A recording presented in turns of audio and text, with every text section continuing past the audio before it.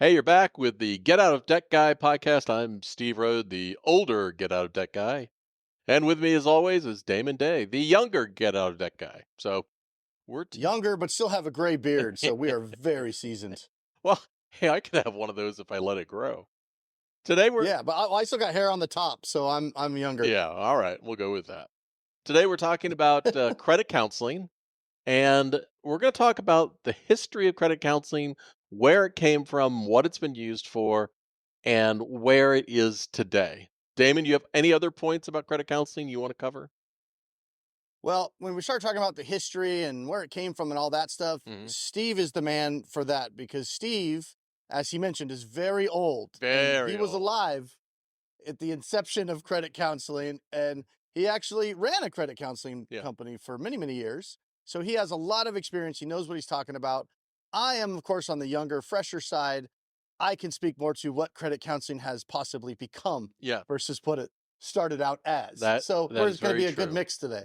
Credit counseling goes back a lot farther than people think. The first credit counseling organization kind of group effort began in the late 1960s as an outgrowth of small loan finance companies. They wanted to find a way to help people that weren't making their payments to get back on track.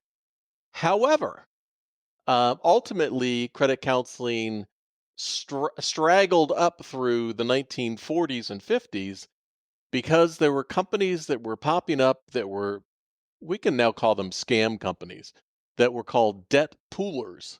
And they would have people pay all their money to them, and they would then in turn pay their bills. And they started charging more and more fees. So this whole idea of credit counseling started, and then it began as a nonprofit organization. And this is a key point, Damon. I hope everybody understands is that while a nonprofit organization might be called charitable or a charity, what most people fail to understand is a nonprofit organization has to make a profit because they have to stay in business. The nonprofit Yeah. term just is about their tax status. They don't pay tax on the profit that they make. That's why they're nonprofit. So even though you might think that these are charities, they are in fact paying lots of money and sometimes hundreds of thousands of dollars to the people that run them. So they're not Yeah. exactly what you think they are. So credit counseling then kind of settled in with that. Let's get together and help our people pay and help them make a budget to repay the small loan finance companies back in the late 60s, 70s. I got involved in credit counseling in the early 1990s, and I became involved in helping people with financial problems, having lived through financial problems myself. And I didn't want to go. I had no idea about the whole credit counseling route. It was just a small company a friend of mine and I started to help people, to advise them. And when we called creditors to try to work out payment plans, they would say, "Well, are you a credit counseling organization?" And I said, "No." And they said, "Well, you should be, because if you are, then we cut the payment in half and we give you 15% of the payment back to help fund your operation." And I was like, And then "Do and then the next tell." phone call he made, and the next phone call he made is, "Are you a credit counseling organization?" Wow, yes, I am. Well, it didn't take long before uh, we started calling creditors. And instead of saying, "Hey, can you help support us and pay us so that our customers don't have to?" We just started with the presumptive close, like, "You're giving us 15%, right?" "Yeah." "All right." So that went on for like 6 months until we decided, oh, screw it. Let's just start a nonprofit credit counseling group, and it'll just make everything so much easier. And it was easy in the beginning, that when you went to a credit counseling group like the one that we started, your monthly payment was cut in half and your interest would go to zero. So Yeah. that gave people breathing room that they needed to regroup and, try to deal with their finances. So, And Steve, mhm, before we get too much into it, we should probably for those that don't know what credit counseling actually is, Yes. they might not even, know, right? So you've got, you hear the term credit counseling. You might also hear the term DMP or debt management plan. Yep. These are the programs that, like, if you call your creditor and you tell them you're struggling, you've still been making your payments, and you call and, hey, I can't pay the bill, they'll refer you a lot of times to an 800 number. That's like a credit Yeah. counseling program. That's the kind of program they're going to refer you to, where they're going to say, okay, you've got $25,000 in debt. We'll negotiate with your creditors. We'll try to lower your interest rates, and then you make one payment. That's essentially what we're talking about when you're in debt and you're getting these flyers in the mail, and you're going to get, sales pitches from debt settlement companies, also credit counseling companies that are different. So it's just part of the process, part of the one of the groups that you're probably going to be talking to if you're in debt and you're getting these flyers and you're getting these solicitations. And so today we're going to be really focusing on what exactly credit counseling is and how it may be different than debt settlement, and really what you need to focus on to know if it's a good option for your situation. The So sorry, let's No problem. throw that out there. The irony here is that when I was going through my tough financial problems in the late 1980s and 1990, I contacted some credit counseling groups at that time, and they said, "Hey, you can't afford our payment. Too bad. So sad. Go have a good life." So there wasn't any help Yeah. available unless you could make their payment. And there's so much of a misperception of people thinking, "Oh, you got to be pushed towards credit counseling, and they're nonprofit and they will help improve your life and everything else." When I started the credit counseling organization, and people had their payments cut in half, yeah, they got breathing room. They could regroup. But along the way, credit counseling really started to change in the 1990s and early 2000s, and it became a pay for performance uh, debt collection operation by all credit counselors who were getting their money from the creditors in the amount that they recovered or in grants.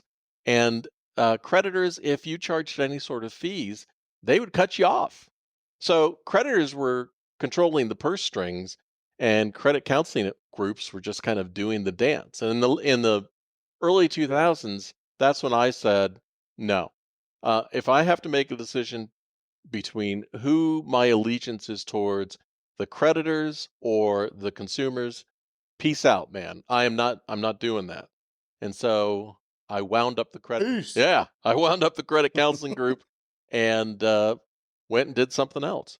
But so things have really changed along the way. I think that one of the biggest misperceptions about credit counseling, two things actually. Number one of the foundations of credit counseling is you have to make a budget, and then they give you budget counseling and they talk to you, about where you can cut back and everything else. I have said it for many years. Budgets are nothing but a page of lies. And unless you've got a good grip on where your money's actually going, it's a total waste of time to do a budget. Yeah. And especially to make a budget that's going to cut out everything that's fun or sustainable in your life. You're not going to stick with it, and you're going to fail. The second, And then good luck getting your spouse on board yeah, with your budget. yes, That's always the big, that ain't gonna work. especially if they don't know about the situation to begin with. And your kids. Uh, It's like the easy part is to make the budget. The hard part is to convince the rest of the family that this is the budget. well, money problems are never about the money, right? It's always about the underlying issue that got to the point where you are today. Debt is nothing more than the symptom of the underlying problem. And through the years and the gosh, tens of thousands of people that we helped through my organization, I have run into so many people who were so deep in debt, but were unable to emotionally make the hard choices to get things regrouped and get back on track. And so they wound up Yeah. struggling for many years, or struggling because they were so afraid of other solutions, whether it's bankruptcy or debt settlement. And me personally, I've done them all. Damon, you've done them all too. I think the only thing Well, that I've done you them all. you haven't done is you've never enrolled in a credit counseling program. That is Right? true. I have never enrolled in a credit counseling program, although I have done to a certain extent what credit counselors do for Absolutely. clients, Yeah. but I've never personally enrolled in a credit counseling program because I was never in a situation where it made sense. And really that's what it comes down to. If you're going to get into a program or go down a strategy, a rabbit hole for, I don't care if it's bankruptcy, debt settlement, credit counseling, Dave Ramsey, whatever. The key is that the right strategy for you at that time, Yeah. right? Based on your situation and what's important to you, does this make sense? And that's where the big, to me, the disconnect is between the word credit counseling and the actual service. Not a lot of counseling going on No, anymore. no. Really, credit counseling just really applies to and this is when creditors were saying, "Hey, you need to make sure your staff is certified." Well, like certified in what? You want us to Yeah. make sure the budget says this before we can put them in your program. So, and I would ask them all that question. They would go like, "I don't know." Yeah. I remember Yeah. once. And then Hmm? I was say, then if the budget does, you see this all the time because sometimes clients will send me the budgets that the credit Yeah, counseling company has put together for the client, and I look at it. And so what they'll just, like you said, a page of lies. You'll just write down yeah, some rudimentary numbers, don't really mean anything, and oh, it's over. It doesn't fit. You won't be able to afford it. You're yeah. $100, short. Oh, So well, let are me you change sure this. your food budget is 500? Maybe it's only 400. Oh, four. Oh, now you qualify for Right. our Yeah. Now program. you're enrolled. Shocker. Yeah, let me figure out a way to get you enrolled. So why are we doing this dance? I was It's talking to a whatever. creditor once on behalf of a client, and she goes, "Well, I need a budget before we can enroll them." And I said, "Well, we'll have a budget for you in about 2 weeks because right now they're gathering data and we're figuring that out." And she goes, "That's ridiculous. What do you have them do? Write down all their expenses?" Well, She's like, just yeah. make up some numbers so I can put it in the computer and we don't have to have another phone call. I remember I one credit counseling need to group check a box. that was just submitting the same budget for all their clients. Hey, if it ain't broke, Yeah, right? yeah. This one passes the computer smell test. Let's just submit this. Nobody's looking at it. Well, here's the bottom I line. have I have lots of stories that I will not share publicly about things that I've done for clients on the phone with the creditor. I will carry them with me to my grave. Well, we had 20,000 clients, and so one of the things that we found was that people will tend to overestimate their income by about 25% and underestimate their expenses by the same amount. And so none of those budgets are any sort of accurate. S- But the most important point to me along the way, after I bailed out of the credit counseling world and said, I'm not selling my clients out, the most important thing was when I first started, I was all about, in fact, I used to run ads that said, avoid bankruptcy, we can help. And that was true. But by the time that I closed down the credit counseling group, I was all about, we really need to consider bankruptcy, maybe even first sometimes, because the one thing the credit counselors were now running into was the payments were not cut as much. Sometimes the monthly counseling payments, while the interest might be lower, your payment might be the same or even a little higher. It just wasn't sustainable. Yep. So the key point is this the right solution for you? And Damon, this is why it's so important for people to talk to you, and they can find you at Damon,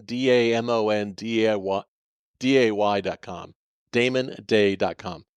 It's because what people need to do with a friend's help or your help is they need to get a clean slate and better understand what is myth, what is fiction, and what is just general bullshit, and then make an educated decision about what is right for them.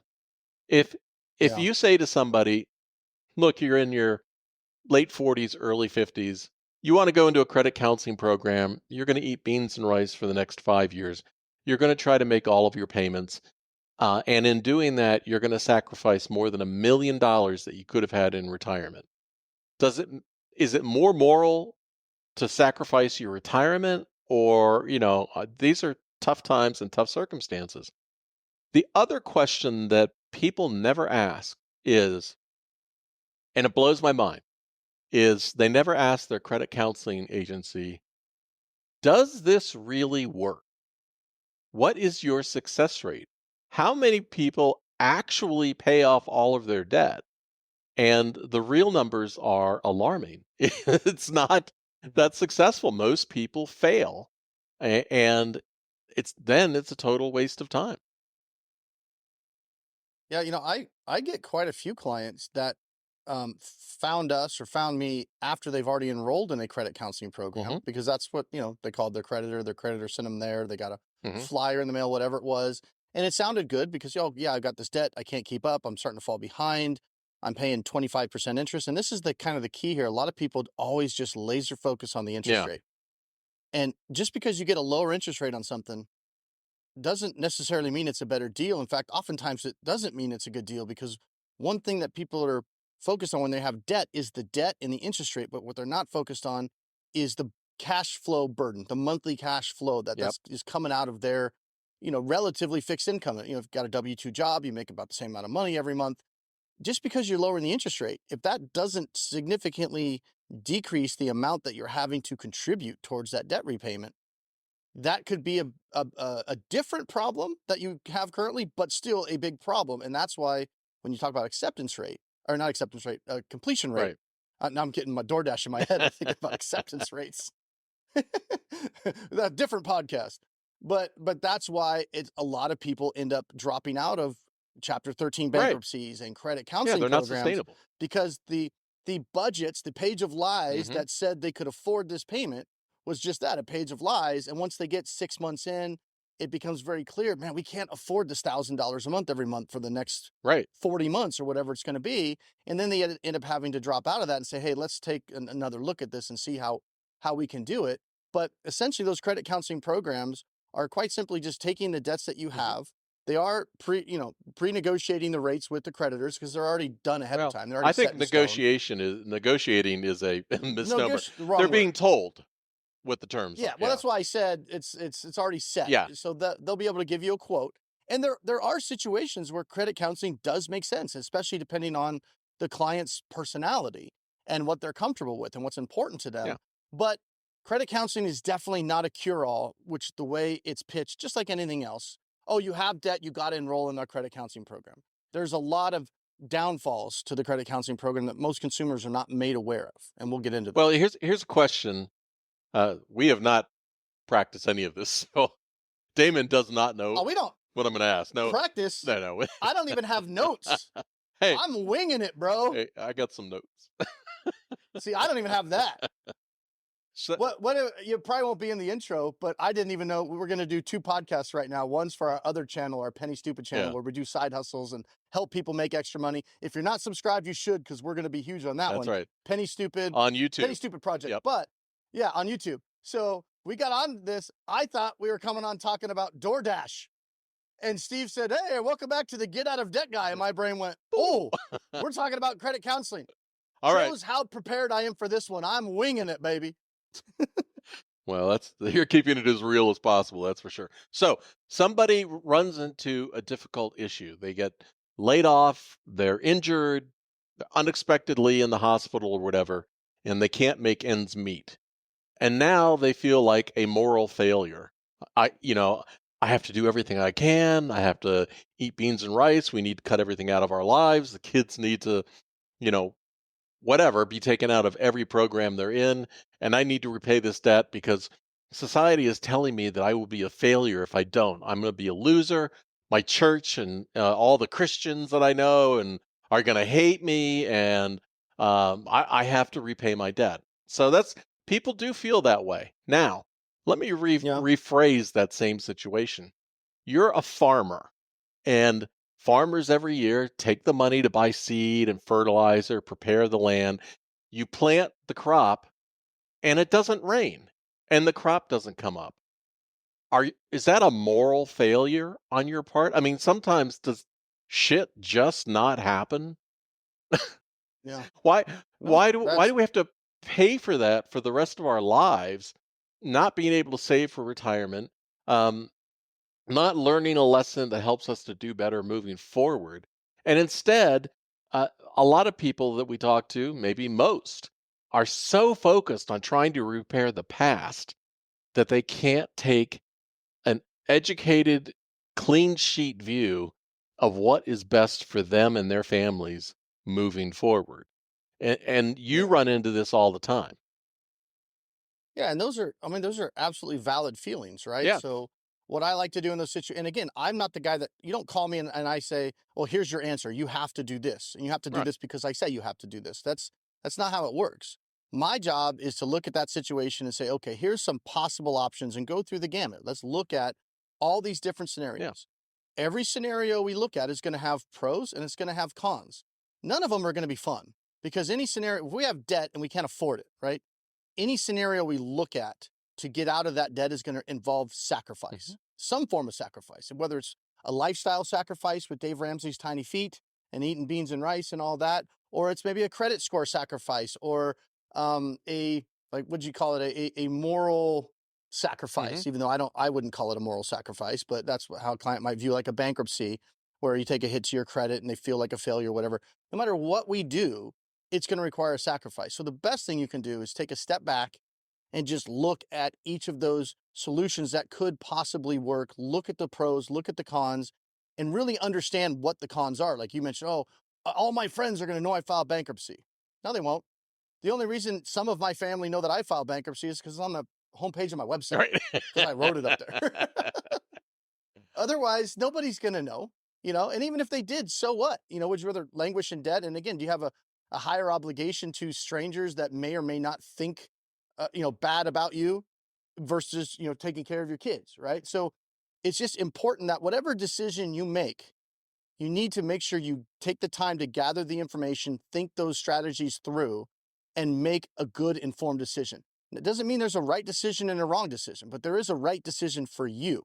So you need to make the right decision for you and your family. And it's not up to me to say, hey, that's bad. I can say, hey, if you go down this path, this is what's going to be required of you. This is what you're going to have to do.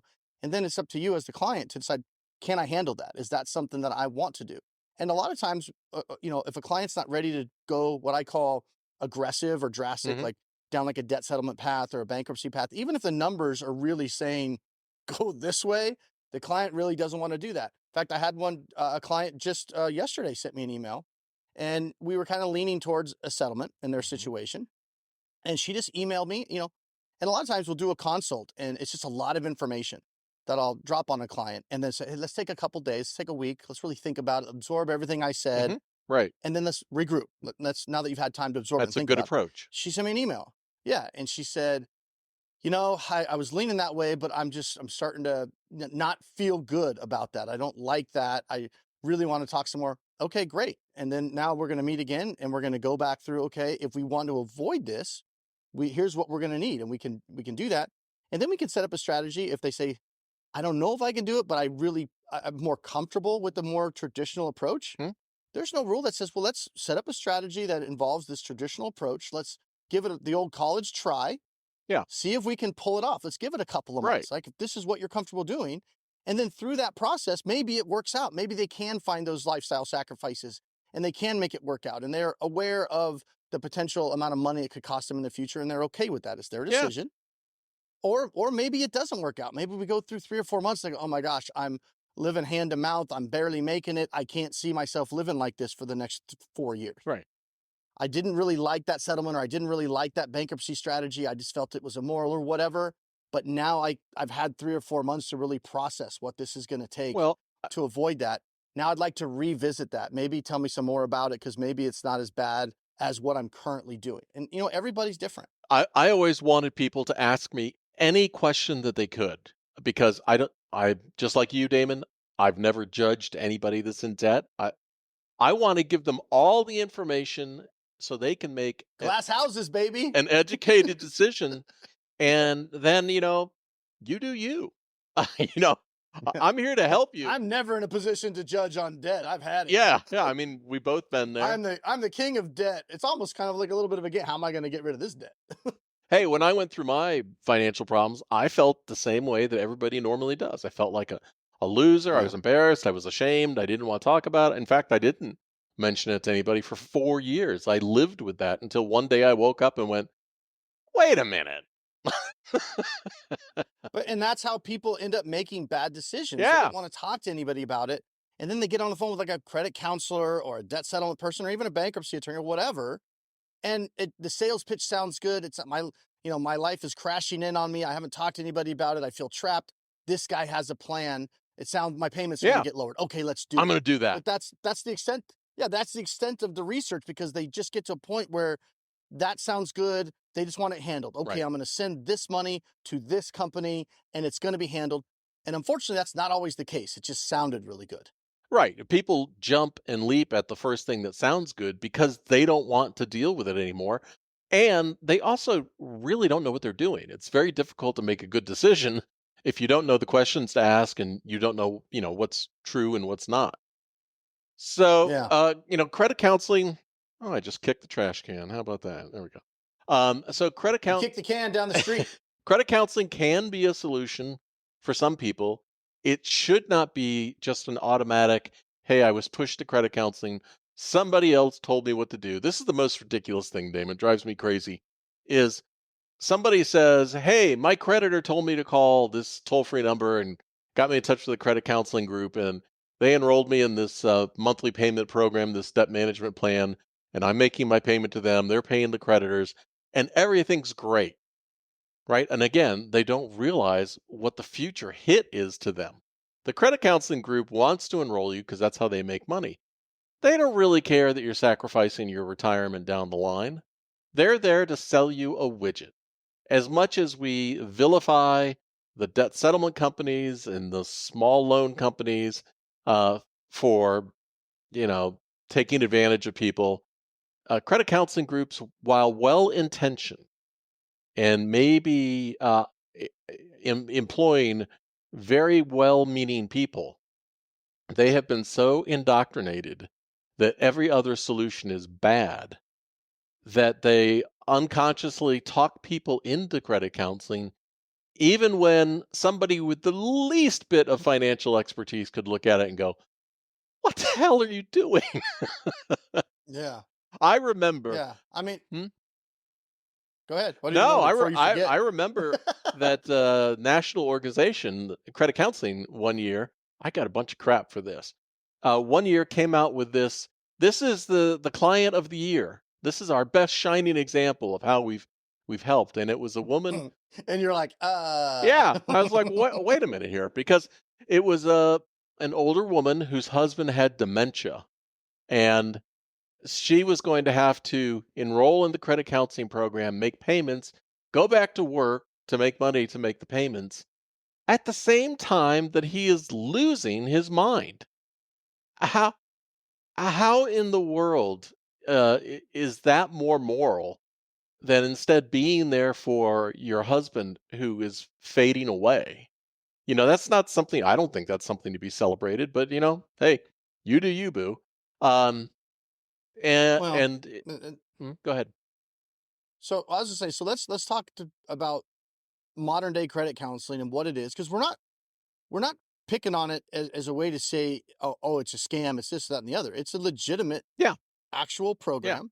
It's just like anything else. It's just not sold correctly. No, It's sold to everybody that calls in with debt, unless the numbers on the sheet don't match up. right. And let's talk about why these credit counselors don't often recommend other strategies, or if they do, it's very rare. But what handicaps? If I'm I'm calling a oh, this is a credit counselor. They're going to give me advice. They're educated. They're certified. They Yeah. know what they're talking about. They're going to give me this good advice because they're a counselor. Well, what handicaps that counselor from telling me something else that might not be enrolled in our program because it's not a good fit for you, Well, right? yeah. And do they at least minimum have bias towards not enrolling in the program? Well, there are two things I think that contribute to that. One is I don't care who you work for. There's some sort of evaluation or supervision of all the employees about, how many people did you let us help or bring to our organization, whatever you want to Let call us it, help. um, or sell. The other thing is that, in my experience, credit counseling's best sales strategy was always about how terrible bankruptcy was. And so Yeah. if debt settlement is all scammers and bankruptcy is terrible and horrible and it's going to ruin your life, then employees feel like ta-da, we have the best solution, which, Yeah. mm, And honestly, most of these employees don't have the background, the experience, the education to know any better. right. So that's why you said like meaningful, helpful, but ignorance on fire is still ignorant, Yeah. you know? Well, yeah, Sounds good, yeah, but and we've seen very similar things in the debt settlement industry. You and I have talked to enough debt settlement salespeople behind the scenes where we're like, "Yeah, I don't even know what I was selling." oh, we get stuff all the time, like former debt settlement salespeople. Yeah, It's almost like a confessional. They send you an email, for the site. It's like, I worked for this company, and once I figured out what was going on, I couldn't believe it. I was sick to my stomach. I had to get out of there. But it's just like going back to credit counseling. And again, you can apply this to almost anything, but you don't go to a car dealership and the guy that runs out to meet you right, is like, "Oh, I'm the new vehicle counselor. right, How can I help you today?" yeah. He's not a fucking counselor. He's a new vehicle counselor the same way the person that you call when you call the credit counseling company is a credit counselor. They're not there to counsel you, nor do they really have the No. ability or the green light from management to counsel you somewhere else. Well, at one time back in my credit counseling days, it didn't take me very long to learn what a bad idea this was. For a brief period of time, I had encouraged the people on uh, the front line on the phones to provide the best customer service that they could, to bend over backwards. And for those people that got the best reviews, we gave some sort of reward. And what I learned from that was the only thing that ever did was incentivize them to enroll people that should not be in the program. Because I spent most of my Yeah. time after that going to myself, why are you in the program? We need to move you to a better solution. And so, if Yeah. you're incentivizing people that, here's where our expectation is for you to keep your job, whether or not they're called salespeople or not, people are self motivated to continue their employment.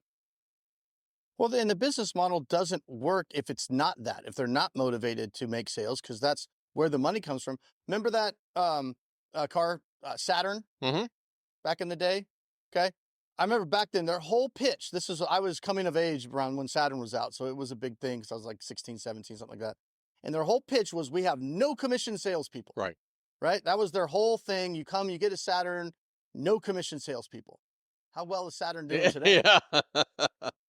I'm not saying that's the reason you're not driving a Saturn, but you're not driving a Saturn. I had an employee once. Doesn't work. Had an employee once. Classic situation. We had a client and we were going to charge them for some sort of budget program, whatever it was. And she said to me, that is terrible. You cannot charge this person for enrolling in that program because they're struggling and they have money problems. And I went, hey, I totally understand. So, how many hours are you going to donate to volunteer and work here for free to help them? She was like, why would I do that?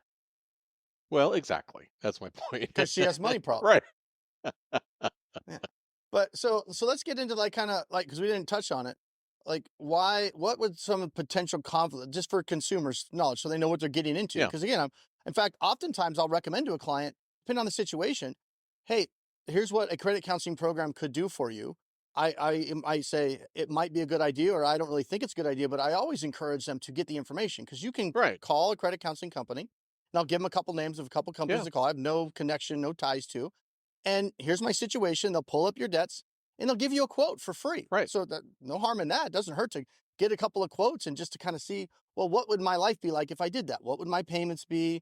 What would my interest rate be? What creditors will they accept into the program? Because especially like personal loans, a lot of times they'll, exclude those. And the problem with that is usually the personal loans are the biggest bite out of your cash flow Right. as far as the debt goes. And so a lot of times they'll say, oh, we'll take these other cards, but maybe these other debts are the real problem, the bigger part of the problem, but they're not even dealing with it. So they're not putting together a total solution anyway. But it does not hurt at all to call up and get a quote so you can at least make some good decisions. Is that something I can handle? Is that something that makes sense? Okay, let me compare that to this other solution, right? Maybe this other Right. solution makes more sense. So the key is always get the information. So we're definitely not discouraging anybody from contacting a credit counseling company, Oh, getting the information, and determining if it's a good fit for their situation, right? yeah. Get all the But information you but can. go back to my point, what potential conflicts, like why wouldn't, to me it would make sense if I'm a credit counseling organization and I have funds, why wouldn't I teach my counselors